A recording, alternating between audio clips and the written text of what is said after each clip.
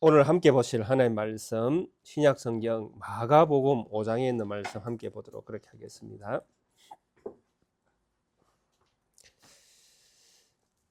음, 조금 길지만은 같이 한 목소리로 함께 본문을 읽어보도록 그렇게 하겠습니다. 마가복음 5장 21절부터 43절에 있는 말씀 같이 함께 한 목소리로 같이 합독하겠습니다. 예수께서 배를 타시고 다시 맞은편으로 건너가시니 큰 무리가 그에게로 모이거늘 이에 바닷가에 계시더니 해다장 중에 하나인 야이로라 하는 이가 와서 예수를 보고 발날에 엎드려 간곡히 구하여 이르되 내 어린 딸이 죽게 되어사오니 오셔서 그 위에 손을 얹어사 그로 구원을 받아 살게 하소서 하거늘 이에 그와 함께 가실새 큰 무리가 따라가며 애워사 밀더라. 12해를 혈류증으로 알아온 한 여자가 있어 많은 의사에게 많은 괴로움을 받았고 가진 것도 다 허비하였으되 아무 효염이 없고 도리어 더 중하여졌던 차에 예수의 소문을 듣고 무리 가운데 끼어 뒤로 와서 그의 옷에 손을 대니 이는 내가 그의 옷에만 손을 대어도 구원을 받으리라 생각함 일러라. 이에 그의 혈류 근원이 곧 마름에 병이 나은 줄을 몸에 깨달으니라. 예수께서 그 능력이 자기에게서 나간 줄을 곧 스스로 아시고 무리 가운데서 돌이켜 말씀하시되 누가 내 옷에 손을 대었느냐 하시니 제자들이 여짜오되 무리가 에워사 미는 것을 보시며 누가 내게 손을 대었느냐 물으시나이까 하되 예수께서 이 일 행한 여자를 보려고 둘러보시니 여자가 자기에게 이루어진 일을 알고 두려워하여 떨며 와서 그 앞에 엎드려 모든 사실을 여쭈니 예수께서 이르시되 딸아 네 믿음이 너를 구원하였으니 평안히 가라 네 병에서 놓여 건강할지어다. 아직 예수께서 말씀하실 때에 해당장의 집에서 사람들이 와서 해당장에게 이르되 당신의 딸이 죽었나이다 어찌하여 성생을 더 괴롭게 하나이까. 예수께서 그 하는 말을 곁에서 들으시고 해당장에게 이르시되 두려워하지 말고 믿기만 하라 하시고 베드로와 야고보와 야고보의 형제 요한 외에 아무도 따라옴을 허락하지 아니하시고 해당장의 집에 함께 가사 떠드는 것과 사람들이 울며 심히 통곡함을 보시고 들어가사 그들에게 이르시되 너희가 어찌하여 떠들며 우느냐 이 아이가 죽은 것이 아니라 잔다 하시니 그들이 비웃더라. 예수께서 그들을 다 내보내신 후에 아이의 부모와 또 자기와 함께한 자들을 데리시고 아이 있는 곳에 들어가사 그 아이의 손을 잡고 이르시되 달리다굼 하시니 번역하면 곧 내가 네게 말하노니 소녀야 일어나라 하심이라. 소녀가 곧 일어나서 걸으니 나이가 12살이라 사람들이 곧 크게 놀라고 놀라거늘 예수께서 이 일을 아무도 알지 못하게 하라고 그들을 많이 경계하시고 이에 소녀에게 먹을 것을 주라 하시니라. 아멘.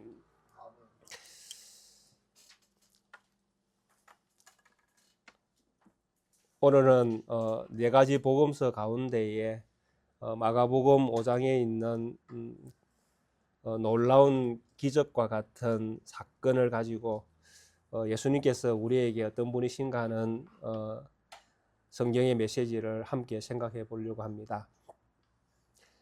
오늘 주님의 초대하심과 은혜 베푸심으로 인하여 주님 앞에 모여 예배하는 우리 모든 성도님들 주님의 은혜가 늘 함께 하시기를 간절히 소원합니다. 아멘.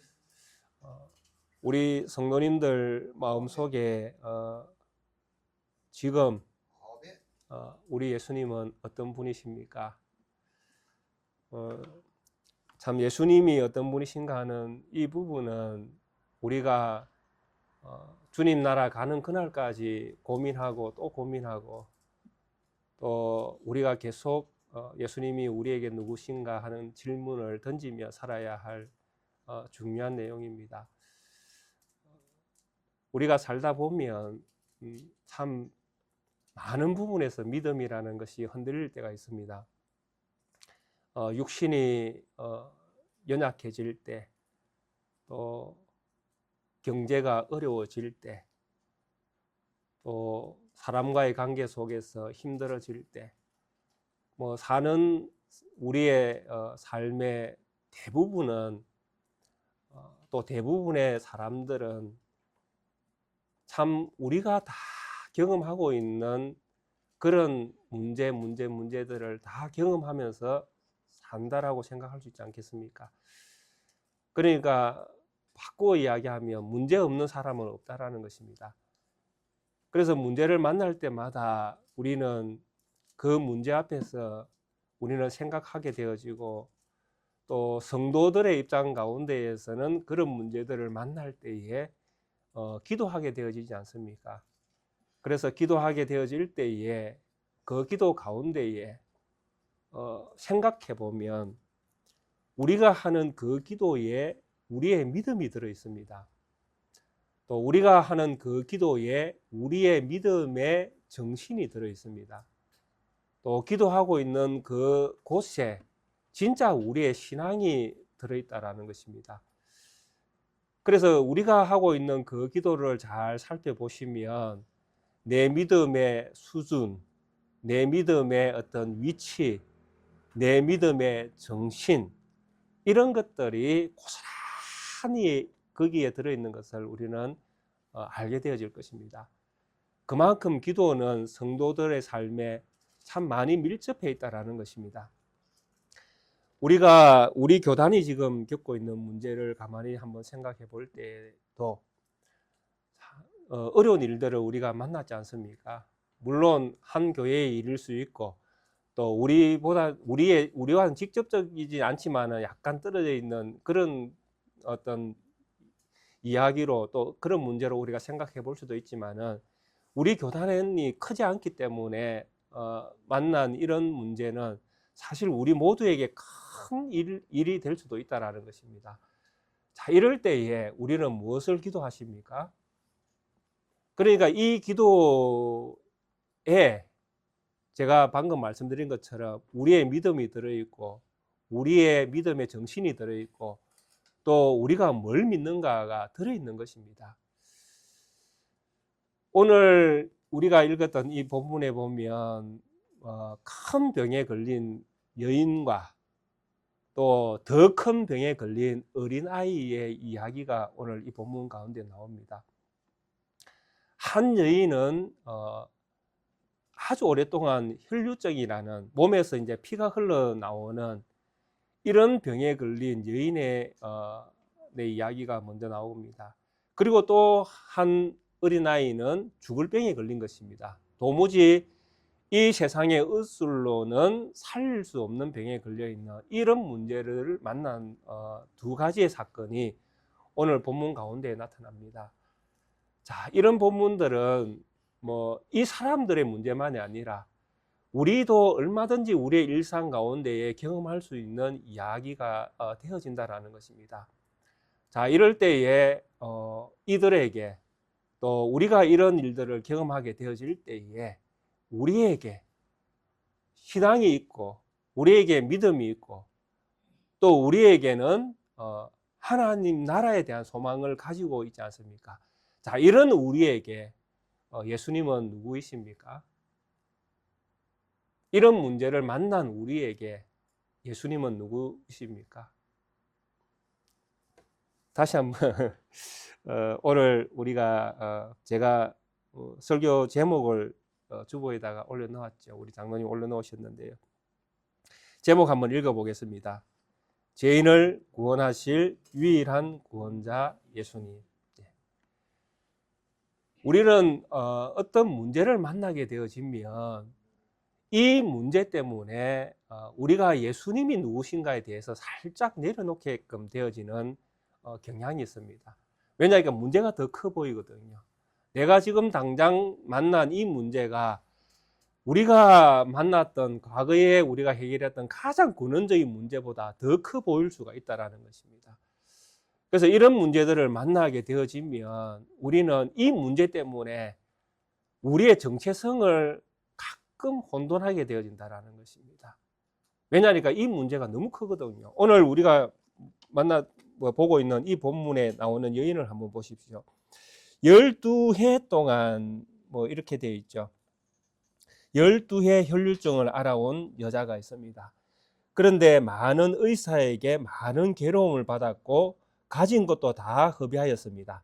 그런데 아무 효험이 없고 도리어 병은 더 중해졌습니다. 자, 이게 오늘 우리가 만난 첫 번째 여인의 현실입니다. 12의 혈류병에 걸렸다라는 것은 정말 여인의 입장에서는 죽을 맛입니다. 계속 몸에서 피가 나오는 거예요. 그래서 좀 용하다는 사람들은 다 찾아다녔겠죠. 여기서 보니까 의사한테도 많이 찾아갔고 돈도 많이 고치려고 돈을 많이 들였다라는 것을 성경이 말씀을 합니다. 이 성경이 이런 표현을 하고 있는 것은 이 여인이 할 수 있는 방법은, 사람으로서 할 수 있는 모든 방법은 다 써봤다는 이야기입니다. 이 세상에서 자기가 살고 싶어서, 아니 혈류병에 걸려있는 이 병을 치료하고 싶어서 막 자기가 할 수 있는 모든 방법과 또 어떤 지인들의 소개 뭐 이런 것들을 다 받아서 용하다는 의사들은 다 만나봤다라는 것이죠. 그런데도 불구하고 이 여인에게 병은 더 중해졌고 가지고 있는 재산은 병을 고치려고 다 허비해버렸다라는 것입니다. 아주 이제 뭐 사람으로서 이제 인생의 막다른 길에 다 이제 이르는 것입니다. 돈도 다 잃어버렸고 병은 더 중해졌고, 그러니까 이 여인에게 무엇만 남았습니까? 죽는 것만 남았죠. 한마디로 이야기하면 내가 언제 죽을 것인가 하는 이것만 남아있는 이런 상황입니다. 이때에 여인이 누구를 만나는가 하면 예수님을 만납니다. 그러니까 인생을 다 포기하고 또 내가 내 힘으로 모든 할 수 있는 것들을 다 해본 이후에 그가 누구를 만나는가 하면 예수님을 만나게 되어집니다. 그런데 이 여인이 예수님을 만날 때에 이런 생각을 가지고 만납니다.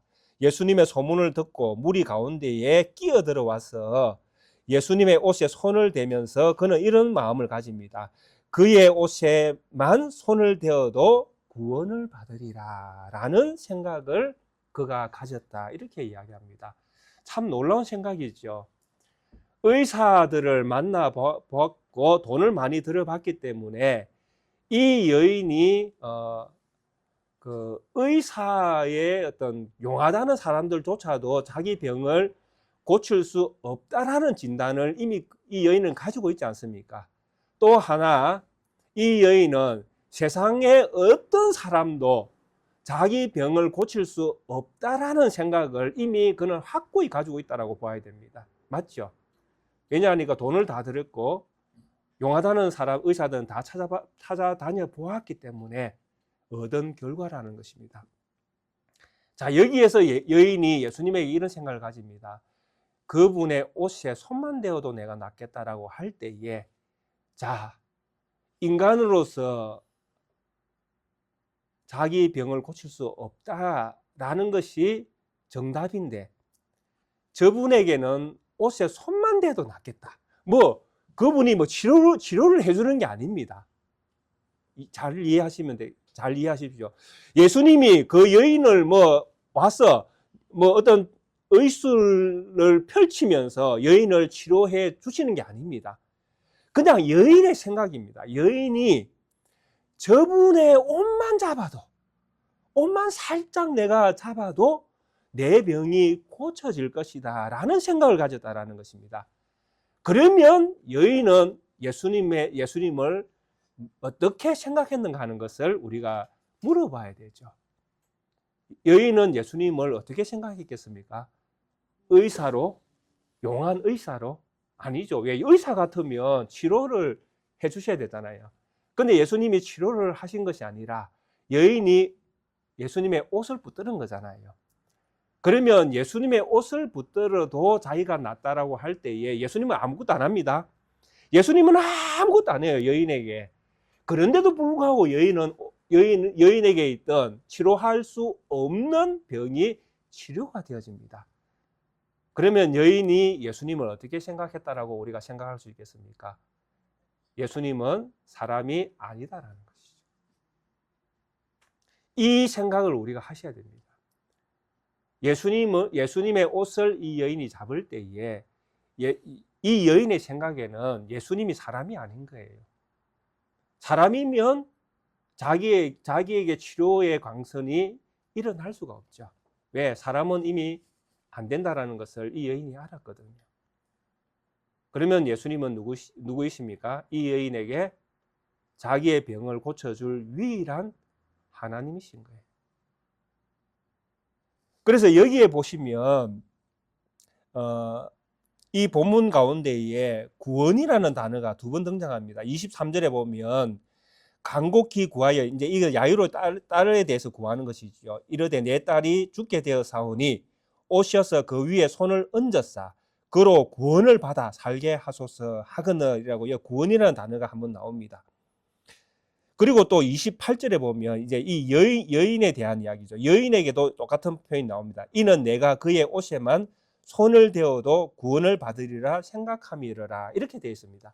그래서 이 구원이라는 이 헬라어 단어가 다양하게 쓰이고 있습니다. 뭐 구출하다, 해방시켜 주다, 또 치료해 주다, 또 보존해 주다, 해를 입지 않게 또 이렇게 지켜 주다. 뭐 다양한 방식으로 사용되어지는 언어입니다. 이 단어 자체가 헬라어에서. 그런데 이 헬라어에서 이 단어, 특히 마가복음 5장에 나오는 23절과 28절에 나오는 이 단어는 이런 뜻으로 사용되어졌습니다라고 소개하고 있는 그 주석에 어떻게 되어 있는가 하면 이 단어가 다양한 방식으로 사용되고 있지만 이 본문 가운데에서는 악마에게서 풀려나는 의미로 사용되어졌다. 이렇게 이야기합니다. 그러니까 이 이야기가 무슨 이야기냐 하면 지금 혈류증을 앓고 있는 이 여인이나 야이로의 딸이 병에 걸려 있는 이 문제는 이 당시 사람들 생각에 우리가 귀신 들려 가지고 우리가 이런 병에 걸려서 사람은 도무지 고칠 수 없는 병이다 이렇게 생각했다라는 것입니다. 그러면 귀신 들렸고 그게 귀신이 장난치는 거라면 사람의 몸에 붙어서 장난치는 것이라면 이 귀신은 누가 쫓아내야 됩니까? 바로 하나님이 쫓아내셔야 되죠. 이 생각을 가졌다라는 것입니다. 이 단어가 이렇게 쓰여졌다라는 것입니다. 그러니까 이 여인도 마찬가지고 야이로의 딸 야이로도 마찬가지고 이 사람들이 바라보는 예수님은 사람이 아닌 거예요. 기본적으로. 그래서 예수님을 바라볼 때에 이분은 하나님이 보내신 하나님의 아들이다. 이분은 구원자다. 우리를 구원하실 유일한 우리의 구원자다. 그래서 예수님께서 오셨을 때에 뭐 마태복음에서 이렇게 이야기하지 않습니까? 예수, 이름을 예수로 하라. 왜 예수라고 불렀습니까? 자기 백성을 저희 죄에서 구원할 자이기 때문에. 그래서 예수라고 부르라고 했지 않습니까? 이게 예수님이 오신 가장 근원적인 목적입니다. 그래서 이 여인이 이런 어떤 마음으로 예수님에게 와서 예수님의 옷에 손을 대니 이 여인이 나았다라는 것입니다. 그리고 예수님은 아셨죠. 왜 예수님은 아실 수밖에 없습니까? 어떤 사람을 불러내고 그 사람에게 믿음을 주고 그 사람에게 하나님의 자녀가 되는 권세를 줄 수 있는 유일하신 분이 우리 예수님 아니십니까? 맞죠? 우리를 부르신 분이 누구이십니까? 예수님께서 성령을 통해서 우리를 불렀지 않습니까? 그러니까 예수님은 내가 누구를 불렀다라는 것을 다 알고 계시잖아요. 그러니까 이 여인이 하나님의 자녀라면, 예수님이 부르시는 예수님의 자녀라면 당연히 예수님께서 살려내실 수밖에 없잖아요. 그래서 살려내실 수밖에 없는 자기 백성을 주님은 알아보실 수밖에 없다라는 것입니다. 자기에게서 능력이 나갔다는 것도 반드시 알 수밖에 없고요. 그래서 자기 자신에게서 능력이 나간 것을 아시고 그 여인을 예수님께서 초대를 하십니다. 그리고 그 여인을 초대할 때에 이 여인이 이런 고백을 합니다. 예수께서 찾으시니까 뭐 제자들은 이제 그 궁중들 때문에 누가 만졌는지 모르는 이런 상황이잖아요. 근데 예수님께서 여인을 이제 찾는, 그리고 예수님이 여인을 알아보신 것도 다 이제 여인이 알았죠. 그래서 31절에 이렇게 이야기합니다. 여자가 자기에게 이루어진 일을 알고 두려워하여 떨며 와서 그 앞에 엎드려 모든 사실을 여쭈니. 자, 이 여인이 지금 누구를 대면하고 있습니까? 이 여인이 지금 누구를 대면하고 있죠? 이 여인이 지금 누구를 만났습니까? 예, 예수님이지만은 우리가 지금 이 예수님을, 이 여인은 지금 하나님으로 보고 있는 것입니다. 이걸 잘 아셔야 됩니다. 그래서 이 여인이 예수님을 만나니 어떤 생각이 듭니까? 하나님을 만나니 두려울 수밖에 없죠. 왜? 죄인이 의로운 하나님을 만나면 죽을 수 있으니까. 그런데 이 두려움 가운데 하나님을 만났는데 이 여인이 어떻게 됐습니까? 살았습니다. 바로 이 여인은 하나님의 자녀이죠. 엄청난 은혜입니다. 우리가 두렵고 떨림으로 하나님 앞에 서지만 그럼에도 불구하고 하나님은 우리를 의롭다 여겨주신다는 것이죠. 그러면서 예수님께서 이 여인에게 뭐라고 이야기합니까?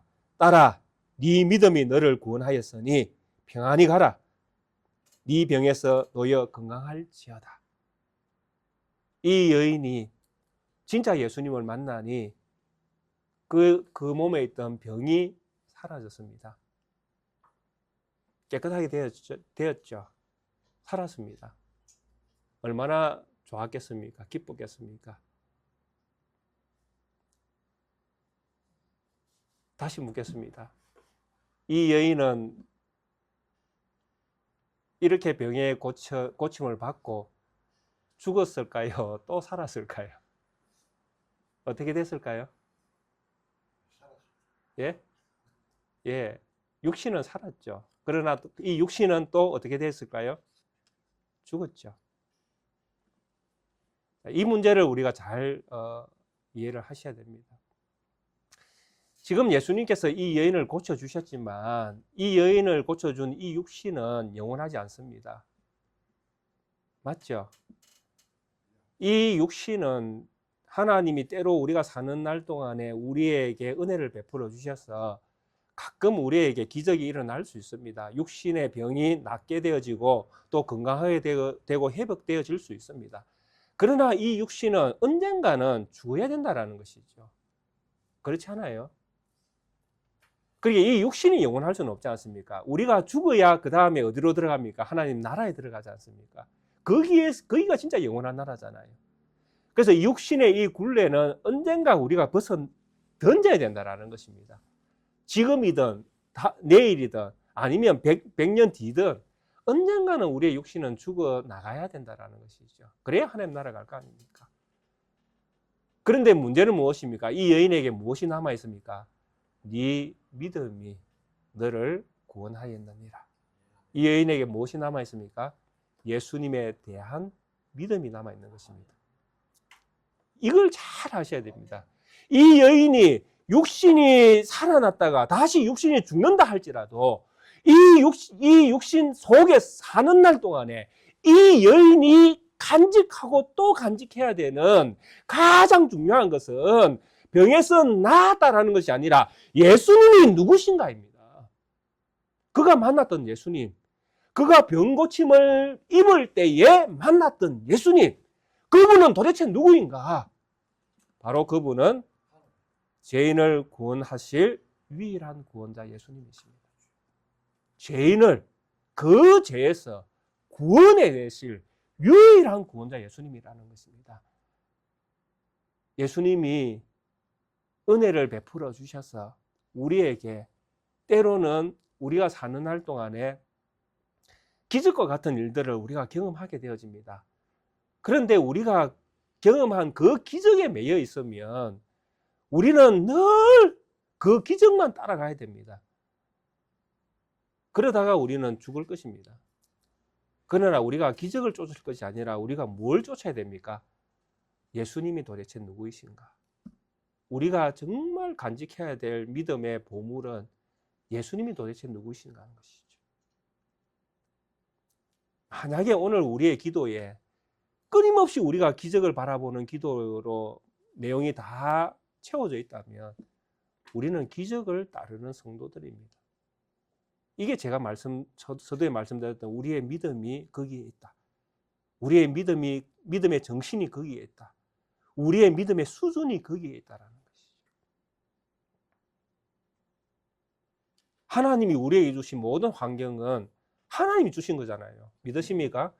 그러면 이 환경 속에서 우리가 하나님의 뜻을 구하고 하나님의 지혜를 구하고 하나님에 대한 믿음을 구하고 이 환경을 주신 하나님의 그 인도하심에 우리가 굴복해야 되는데 우리는 이 환경을 뛰어넘으려고 한다니까요. 우리 모두가. 기적과 같은 일들을 만나서 이 환경을 주신 하나님 앞에 겸손하게 순종하는 것이 아니고 이 환경을 내가 바꾸려고 한다니까요. 그러면 하나님이 나를 통해 주신 그 환경은 무엇입니까? 그건 꽝이죠. 그래서 이 혈류병을 앓은 이 여인이 예수님에게로부터 받은 것은 믿음입니다. 네 믿음이. 이 여인이 예수님의 옷자락을 만지면 낫겠다고 가졌던 그 믿음, 이분은 하나님이시구나. 이 믿음이 그를 구원하는 거예요. 그때에 야이로 해당장의 그 집에 있는 사람이 와서 이야기합니다. 딸이 죽었다. 오지 마라. 우리 선생을 더 괴롭게 하지 마라. 이미 죽었다. 게임 끝. 죽은 이후에는 아무것도 일어나지 않는다. 죽은 이후에는 끝났다. 이 어린아이가 죽었는데 이 선생이라고 뭐 어떻게 할 거냐? 죽어버렸는데. 그럴 때 예수님께서 제자 세 사람을 데리고 예수님께서 어린아이에게 들어갑니다. 들어가시면서 이렇게 이야기합니다. 사람들이 아이가 죽은 것을 알고는 떠들면서 울고 난리를 치며 통곡하고 있을 때에 예수님께서 이렇게 이야기합니다. 떠들며 우느냐? 이 아이가 죽은 것이 아니라 잔다 하시니. 참으로 사람이 사람을 대하면 사람으로서 할 수 없는 일이다라고 결정을 내릴 수 있습니다. 지금 일부의 사람은 예수님을 사람으로 바라보고 있는 것입니다.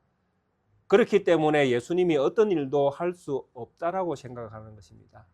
이분에게서는 사람으로서 할 수 있는 일들은 사람이 살아있을 때에 사람이 할 수 있는 일도 생기는 것이지 사람이 죽은 다음에는 사람으로서 살 수 있는 일은 도무지 없다.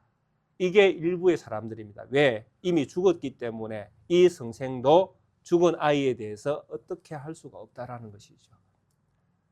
근데 예수님은 뭐라고 말씀하십니까? 이 아이가 죽은 것이 아니라 잔다라고 말씀하십니다. 여기에서 사람과 예수님의 생각이 다른 것입니다. 그리고 사람과 예수님은 사람이 아니기 때문에 하시는 말씀이 다를 수밖에 없다라는 것입니다. 사람은 죽으면 어떤 것도 할 수가 없습니다. 그러나 하나님은 사람이 죽어도 하실 수가 있습니다. 이게 사람과 하나님의 차이입니다. 우리 예수님은 하나님이시기 때문에 아이가 죽은 것이 자는 것처럼 보이는 것입니다. 믿으십니까? 우리 예수님께서 예수님을 거부하는 자들 앞에서 그렇게 말씀하신 적이 있잖아요. 이 돌들로도 아브라함의 자손이 되게 하실 수 있다. 이게 하나님과 사람의 차이입니다. 사람은 돌은 돌이잖아요. 돌이 어떻게 사람이 돼서 아브라함의 믿음의 자손이 될 수가 있겠습니까? 어떻게 돌이 사람이 되고 사람이 돼서 하나님의 자녀의 권세를 얻겠습니까? 그런데 사람은 돌을 가지고 어떻게 할 수 없지만은 하나님은 돌도 사람을 만들어낼 수 있고 그 돌을 믿는 사람도 만들어낼 수 있는 것입니다. 이게 사람과 하나님의 차이죠. 예수님께서 말씀하십니다. 이 아이는 죽은 것이 아니라 잔다. 바로 예수님이 하나님이신 것을 강력하게 주장하시는 것이죠. 내가 곧 하나님이다. 내가 곧 하나님이다. 내가 이스라엘이 기다리던 하나님이다. 자, 그러면서 예수님께서 들어가서 아이에게 이렇게 말씀하십니다. 소녀야, 내가 너에게 말하노니 일어나라. 그러니까 소녀가 일어나서 살아납니다. 그리고 그 주위에 있던 많은 사람들이 놀라고 크게 떠듭니다.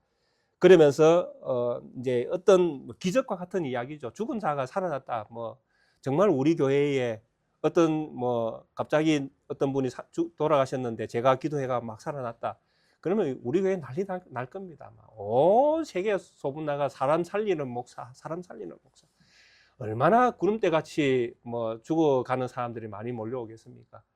그런 어떤 엄청난 기적이 일어나면 이렇게 될 수밖에 없습니다. 막 뭐 모든 사람들이 놀랄 거 아닙니까?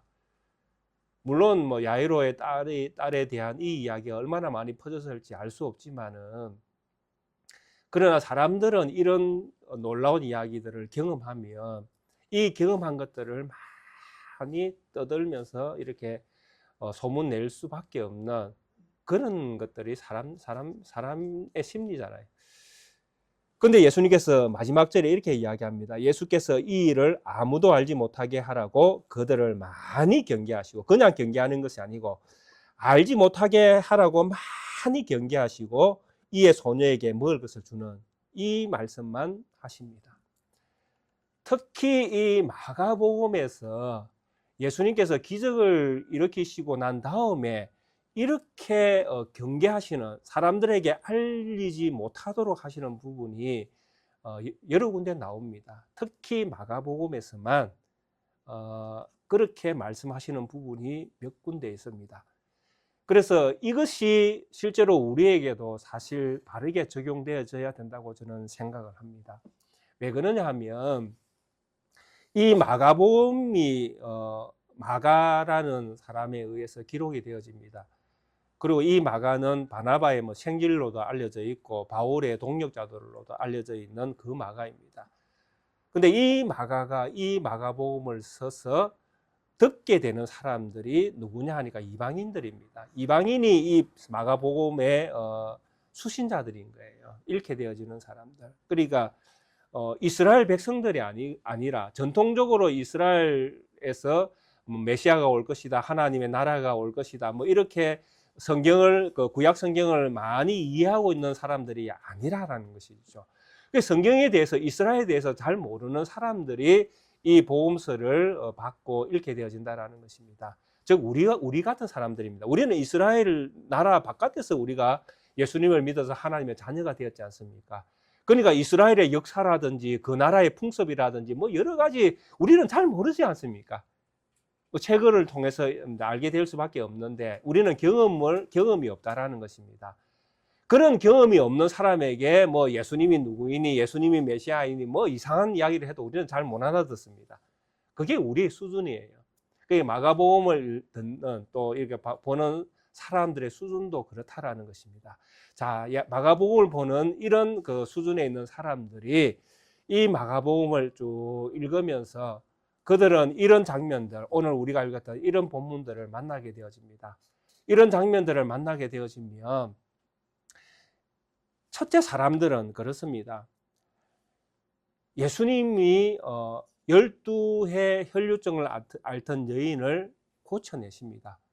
그리고 예수님이 죽은 자를 살려내십니다. 엄청난 능력을 행하십니다. 그리고 그것만 있는 것이 아니라 여기에 나병 환자, 1장에서는 나병 환자를 고치시고 중풍병자를 고치십니다. 그리고 또 지나오면 그 시몬의 그 장모 이게 열병 걸렸을 때도 고치시고, 예수님께서 수많은 병을 지금 고쳐내고 계시는 장면들이 이 마가복음에 엄청난 기적들이 계속 등장을 하고 있습니다. 자, 이런 어떤 등장을 하면 중풍병자도 고쳐내죠. 손 마른 자도 고쳐내죠. 혈류병 앓은 여인도 고쳐내죠. 죽은 사람도 고쳐내죠. 우리 예수님은 정말 신기한 능력을 행하시는 분이십니다. 이 성경을 읽으면, 그러니까 우리가 처음 마가복음을 받아가지고 한번 읽어봐라, 이 책 정말 좋다, 한번 읽어봐라 해서 우리가 읽으면 와, 다 예수님 도대체 누구 이렇게 용하노, 이렇게 생각할 수 있다는 것입니다. 예수님을 보면. 그래서 대부분의 사람들이 예수님을 생각할 때에 이 예수님은 누구시다? 용한 의사라고 생각한다는 것이죠. 예수님을 살짝 비켜서 보면 정말 재주가 많은 용한 의사처럼 보이는 거예요. 중풍병자도 살려내죠. 손 마른 자도 살려내죠. 열병도 고쳐내죠. 혈류병도 금방 살려내죠. 못 고치는 병이 없습니다. 심지어 죽은 자까지 살려냅니다. 얼마나 알려졌는지 몰라도 죽은 자까지 살려내는 엄청난 기적을 행하십니다. 그래서 사람들은 자칫 잘못하면 예수님에 대하여 착각을 가질 수 있다는 것입니다. 아, 저분은 용한 의사구나. 저분에게 가면 모든 것을 낫게 하구나. 우리의 기도에 이런 부분들이 집중적으로 자리를 잡고 있다면 우리도 우리 예수님을 의사로 생각할 가능성이 있습니다. 아니라고 하실 수도 있어요. 우리 성도님들이 아니야, 목사님 무슨 말씀하십니까? 라고 하실 수도 있습니다. 그러나 우리가 겸손하게 정말 예수님을 만나셔야 됩니다. 우리의 문제가 정말 우리 기도 가운데에 대부분을 차지하고 있다면 우리 예수님은 우리 문제를 해결하는 해결사 정도로 우리가 생각할 가능성이 많다는 것입니다. 우리 예수님은 해결사가 아니지 않습니까? 우리가 만나야 될 성경의 모범은 아브라함입니다. 아브라함이 소돔과 고모라 그 사람들이 저기 엘림 저 위에 시딤 그 위에 그 왕들하고 전쟁을 벌여서 홀땅 다 망했지 않습니까? 그리고 자기 조카까지 잡혀가는 이런 일들이 일어났을 때에 아브라함이 집에서 길렀던 그 자기 사병들을 데려가서 그 왕들을 다 물리치고 소돔 고모라 또 자기 조카가 잃어버렸던 걸 다 찾아서 가져왔지 않습니까? 그때에 소돔의 왕이 아브라함에게 뭘 줬습니까? 찾아온 모든 재물을 다 줬지 않습니까? 아브라함 니 다 가져라. 네가 찾아왔으니 네 거다. 근데 아브라함이 뭐라고 이야기합니까? 내가 이것을 다 받았을 때에 소돔 왕 네가 나를 부자 만들었다고 할 거 아니냐. 그러니 나는 이 재물에 하나도 손대지 않겠다. 라는 믿음의 이야기를 창세기 14장에서 하고 있습니다. 여기에서 우리가 생각해야 될 게 무엇입니까? 바로 아브라함이 가졌던 믿음입니다. 아브라함은 재물조차도 하나님에게 속해 있다고 보고 있는 것입니다. 그래서 자기 자신에게 하나님이 계시면 이런 외부인이 주는 이런 재물로 내가 부자 안 돼도 된다라는 생각을 가지고 있는 거예요. 하나님이 나와 함께 하시면 내가 이 재물 내가 굳이 얻을 이유가 없다라는 것입니다. 하나님만 있으면 된다는 것. 갈렙이 가졌던 믿음과 똑같습니다. 저 산지를 나에게 주소서. 그날에 주께서 나에게 약속하신 그 땅, 그 산지를 나에게 주십시오. 그곳이 곧 내가 가야 될 땅입니다. 내가 차지해야 될 땅입니다. 산지에 가면 아무것도 못합니다. 평지가 낮잖아요. 농사 짓는데도 평지가 낮지 않습니까? 산지에 가서 뭐 할 겁니까? 그런데 그 산지를 달라는 거, 산을 달라는 것입니다. 왜? 하나님이 그때 약속했지 않습니까? 그런 갈렙의 생각 속에 뭐가 들어있는 것입니까? 하나님이 약속한 그 땅에는 하나님도 계시다라는 이야기입니다. 그게 믿음이에요. 우리가 믿음 생활을 할 때에 우리가 가져야 될 믿음은 언제나 동일해야 된다는 것이죠. 어떤 문제를 만나도 어떤 형편에 속해도 내가 어떤 어려움을 당해도 주 예수 그리스도는 나의 구세주입니다. 이분은 나를 죄에서 구원하신 유일한 하나님이십니다. 그 믿음을 우리가 굳건하게 붙들어야 된다는 것입니다. 이 믿음이 붙들리면 문제는 문제가 될 수가 없습니다. 그 문제는 지나가는 거예요. 그냥 내 인생에서 그냥 지나가는 것입니다. 주님이 나에게 그냥 경험하게 하시는 거예요. 그 경험을 통해서 하나님은 나에게 무엇을 원하십니까? 변함없이 주님을 사랑하기 원하시는 것이죠. 주가 그리스도인 것을, 하나님의 아들이신 것을, 그 문제 가운데서도 내가 그 고백을 해내기를 주님은 원하시는 것입니다. 근데 우리는 문제를 만나면 문제에 푹 빠져가지고 헤어나오지 못하는 거예요. 문제가 너무 크니까. 주님은 없어져 버리신다는 거죠. 그게 아닙니다. 주님은 처음부터 끝까지 주님이십니다. 이 주님이 내 문제에도 들어와 계십니다. 그러니까 함께 가는 거예요. 내가 십자가를 지고 믿음의 길을 걸어가면 주님도 나와 함께 가고 계시는 거예요. 그렇게 내 믿음을 지켜낼 때에 주님은 때로는 우리에게 은혜 줄 자에게 은혜를 베풀어 주시고 피할 길을 내실 자에게 피할 길도 내어 주시는 것입니다. 그건 은혜예요. 근데 그 은혜를 우리가 일상처럼 구하고 찾고 두려워서는 안 된다는 이야기입니다. 왜? 주님이 의사가 아니기 때문에. 주님이 재벌이 아니기 때문에. 주님이 만능 박사가 아니기 때문에. 우리에게 주님은 믿음의 주십니다. 우리를 죄에서 구원하신 유일한 구주십니다. 그 고백을 우리가 가지고 가야 된다는 것이죠. 그래서 우리가 어떤 문제를 만날 때에 그 문제에 우리 자신을 그 문제 속에 빠뜨리지 마시기를 바랍니다. 지나갈 것입니다.